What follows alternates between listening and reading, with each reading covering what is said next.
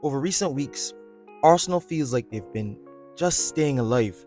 Whether that be battling injuries, suspensions, and tough fixtures, we're now faced with the impending departure of sporting director Edu.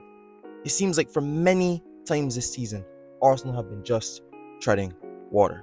And it seems like we're going into a little bit of a mini crisis. I don't claim to be an expert coach or analyst, but here are some of my opinions of how I think Arsenal can get back on track. If you like anything Arsenal related, don't forget to hit the like button, hit the subscribe button, and join the family of Gunner Street. We're on the road to 1,000 subscribers. So like I said, if you like anything Arsenal related, I have it all here on this channel. No further ado, let's get straight into the video. And so what do you think about that first half though, even though it was a tricky start? Yeah, I mean, it was.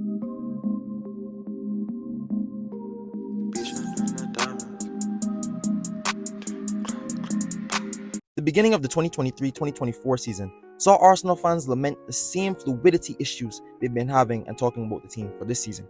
However, in comparing the numbers, but just looking at the results, Arsenal are not only 7 goals off worse than what they scored, but also 3 goals off worse of what they conceded, as well as 6 points off worse at this same stage. Now, yes, we could talk about red cards and we could talk about suspensions, not having certain players for certain games and how that affected us in big games. But I think for me, one of the biggest things is the cautious approach towards some games this season. For example, take the Liverpool game. In that first half, Bukayo Saka had Robertson on toast. He was absolutely unstoppable. Everything Bukayo Saka wanted to do down that right-hand side, he did. And I think, to be honest, we were full value for being 2-1 up in that game, and we should have been clear and far away by the chances we created.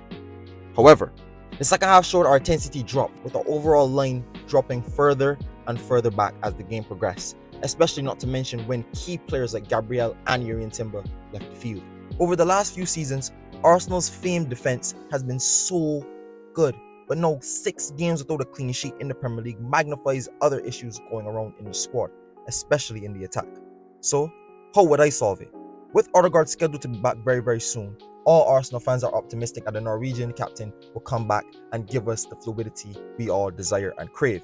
However, until he is back, I think we have the profile sitting on our bench.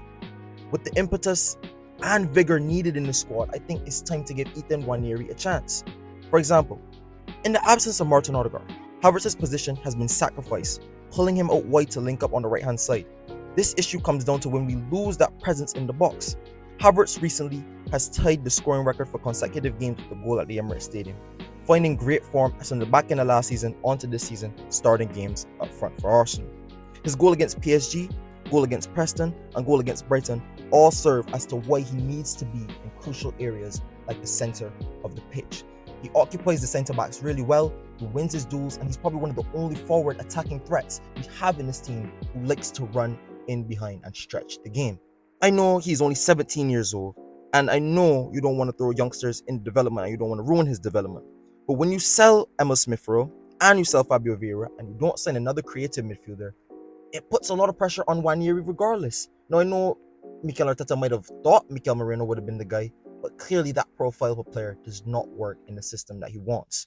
So why not try the impetus and the young threat you have in Nwaneri, whose game is absolutely outstanding. His touch is brilliant, his dribbling is brilliant, always looks forward, and that's the energy and that's the vigor we need in this team. Somebody to carry a threat in attack. Nwaneri is technically excellent, like I said, able to work in tight pockets of space, and something we lost with Odegaard. Not only on the field, but I think this would raise our level, I also think it would give the fans that boost that we need. We're in a position right now in the club where the fans are looking at it and thinking a bit down and glown about our title hopes this year, already in November. I think Nwaneri gives us that solution, potentially, and also gives us that thing of optimism to look at when you see the team sheet.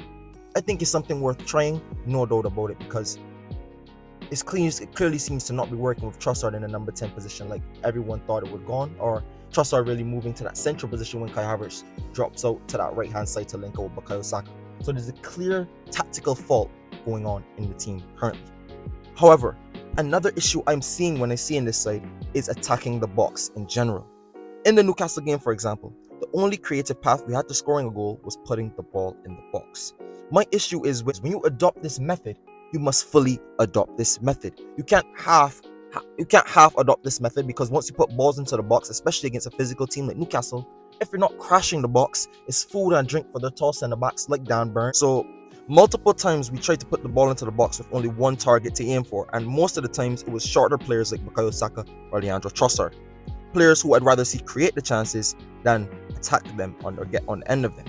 Finally, in the dying minutes of the game, for the one and only time we've had one of our taller targets get on the end of a service, we missed a crucial chance to equalize in Declan Rice at the end. We know Odegaard is missing, so if we want to continue and find a way around it, and you think playing a taller line, then the instructions and the information must be to those players: attack the box. Too many times I'm seeing players like Moreno not attack the box, players like Declan Rice not get into the areas they should be, or getting on the ends of the crosses they should be.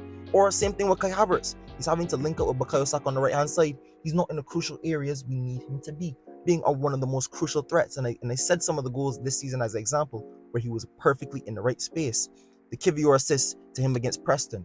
You see the goal against PSG where the Trossard finds him, and you see multiple goals throughout the season. The same thing against Brighton where he's played in behind by Bukayo Saka.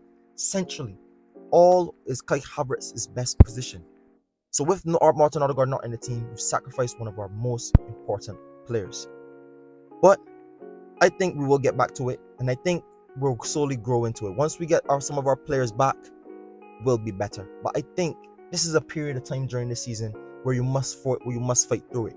You can't just throw your hands up and say, oh, well, when we get our players back, we're going to put a run together. No, this is where the character and this is where the title mentality is built. Go out there and you must find a way. This is what Mikel Arteta gets paid the big bucks for, and Mikel Arteta is one of his biggest fans. I'm not a critic of Mikel Arteta, but we must begin to ask questions. It can't go unnoticed. Mikel Arteta, I think he will find a way, and I think he will find a solution to our issues, especially going up against a big week we have against Inter Milan and Chelsea. However, we must find a way around these issues, whether if Odegaard comes back or not. I think there's a lot of questions to be asked creatively in this team. But ladies and gentlemen, you let me know what you think about Arsenal. How do we go about fixing Arsenal? Do you think Martin Odegaard is the issue? Do you think once he comes back, we're ultimately going to be fine? Or do you think there's deeper underlying issues?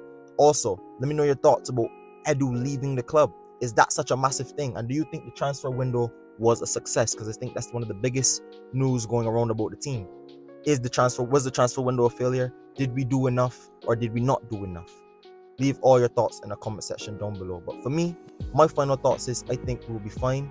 I think once we get to that Christmas period, around about once we get certain players back and we put a run together, I think we will be fine. Games will level out. We played a lot of difficult fixtures to start the season, and Liverpool and Man City haven't played the level of fixtures we have. However, we can't just say that and not do our part. We must get back to winning ways, and we must do it quick, fast, and in a hurry.